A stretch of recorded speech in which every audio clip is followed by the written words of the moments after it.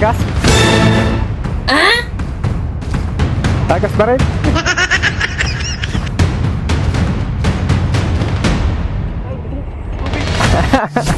Tubig?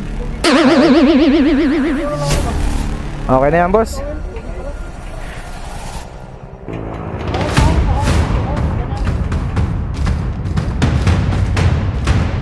Hindi na siguro tagas yun, eh, no?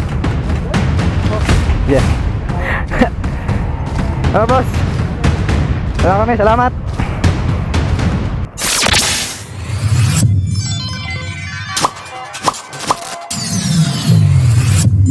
Yan mga tol, update kay Buknoy, ayos na. Kali hindi talaga totally na ayos, no? Gawa ng wala tayong nabiling gasket para kay Buknoy. So wala tayong nakitang alternate na or improvised na kasukat sa gasket ng AC Ride 150 Fi. Kaya no choice tayo kundi repair yung lumang gasket, no? So yun na nga ang ginawa natin. Dinikit natin yung napunit. Tapos naglagay tayo ng maraming gasket maker sa labas ng gasket para hindi siya tatagas, no? Kasi medyo 2 hours pa yung biyahe natin, 2 hours and 40 minutes pa natakbuhin natin papuntang Gobjen o Governor Generoso, Davao Oriental. Okay, yun na nga, no? At sana makarating tayo doon na walang aberya at hindi tumagas yung langis. Sana gumana yung ginawa natin na pagtapal or paglagay ng pandikit, no? Sana hindi bumigay yung pandikit at yung gasket. Okay, let's go. Baka usok na. Bali mga tol, dahan-dahan lang tayo, no? Siguro mga pinakamabilis natin takbo ay 60 kph lang to 70. Hindi muna natin bakbak ng mabilis si Buknoy. Balik pa tayo ng Davao mga tol. Sana makabalik tayo. So hindi ko alam kung saan tayo makahanap ng gasket nito para sa cylinder head. Medyo wala talaga nagbebenta ng ganito dito sa Mindanao, no? At wala rin sigurong stock yung motor star na itong gasket ng cylinder head. Parang wala akong makitang ganito. So try natin maghanap sa online kung meron tayong mahanap, no? Okay. So yun.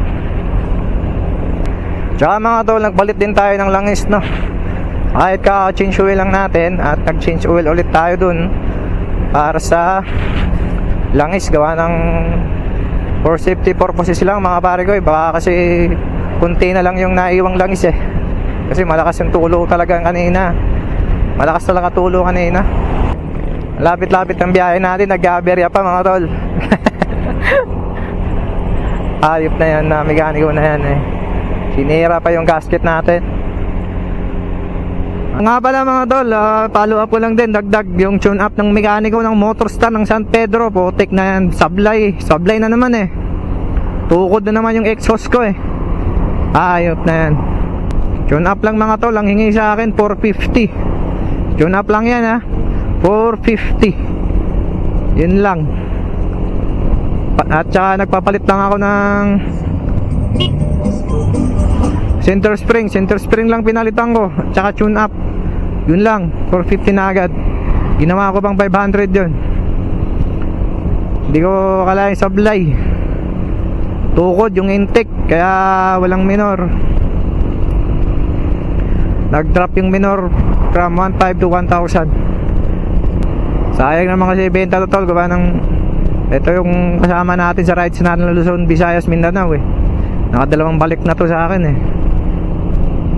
Kung maayos lang namang mekaniko ang gumawa na ito, hindi masisira to, eh. Totally wala namang sira, no? Yung gasket ng talaga ng cylinder head yung sinira ng mekaniko dito sa Mindanao. Madali lang naman, palitan lang naman ng bago, kaya lang hirap makahanap.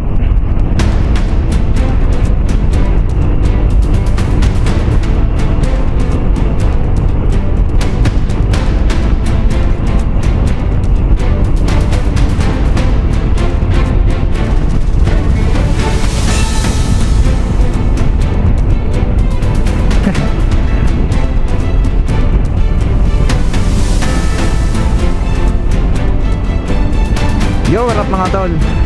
Update, nandito na tayo sa Mabini, no? Nandito na tayo sa Mabini, Compostela Valley.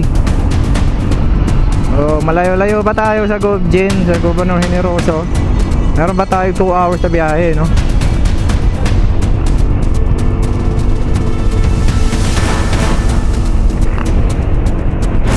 Wala naman. Kanina talaga, ang baho eh. Mabaho kanina. Wala naman nausok eh. Tabayaan mo lang pag may nausok. Yun na yun.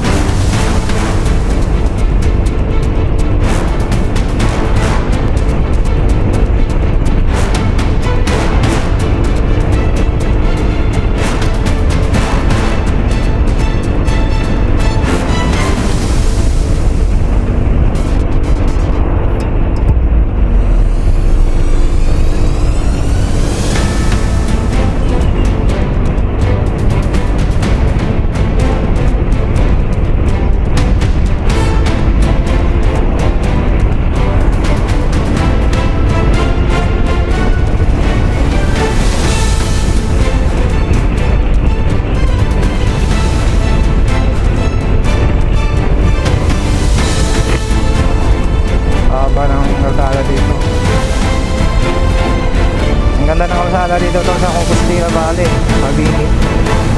Walang malupak-lupak dito, no? 2 lanes lang pero ang ganda. Sulit.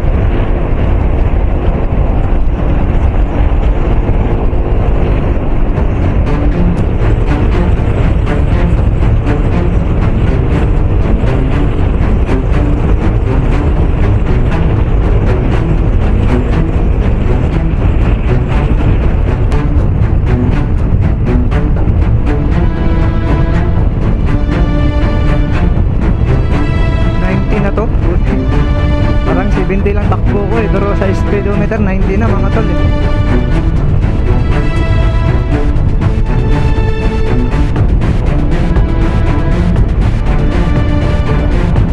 Hindi na ako, baka musok na naman.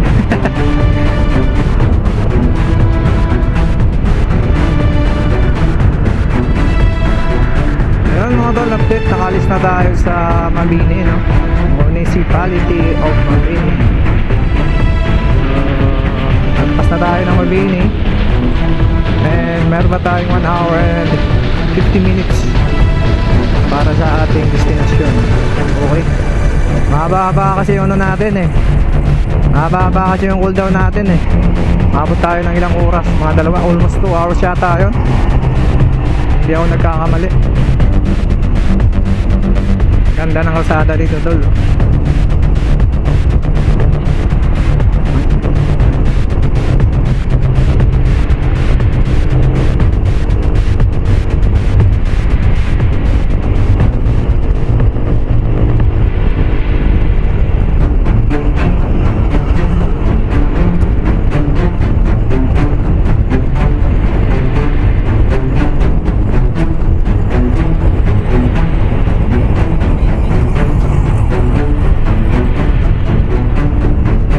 Nandito na tayo sa Bantukan, no? Update Bantukan Davao de Oro sa Pure Gold. Okay. So meron pa tayong 1 hour and 40 minutes remaining time para sa biyahe nating Gobjin. Okay. Time check 2:41 PM.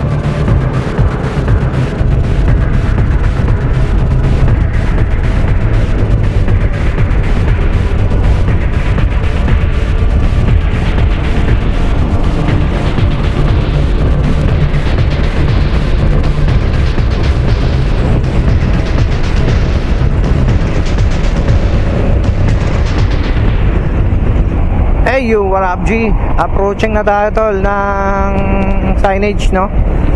Ng Welcome to Davao Oriental. So malapit na tayo. At pagdating natin doon, pahinga tayo, hold down mga ilang minuto, tapos tatakbo na tayo. So meron tayong 1 hour and 31 minutes remaining, no? Para sa ating biyahe. Okay, let's go. Arrive at Davao Oriental mga bargoy. Welcome province of Davao Oriental. Okay. So yun, saan tayo boy? Ito na.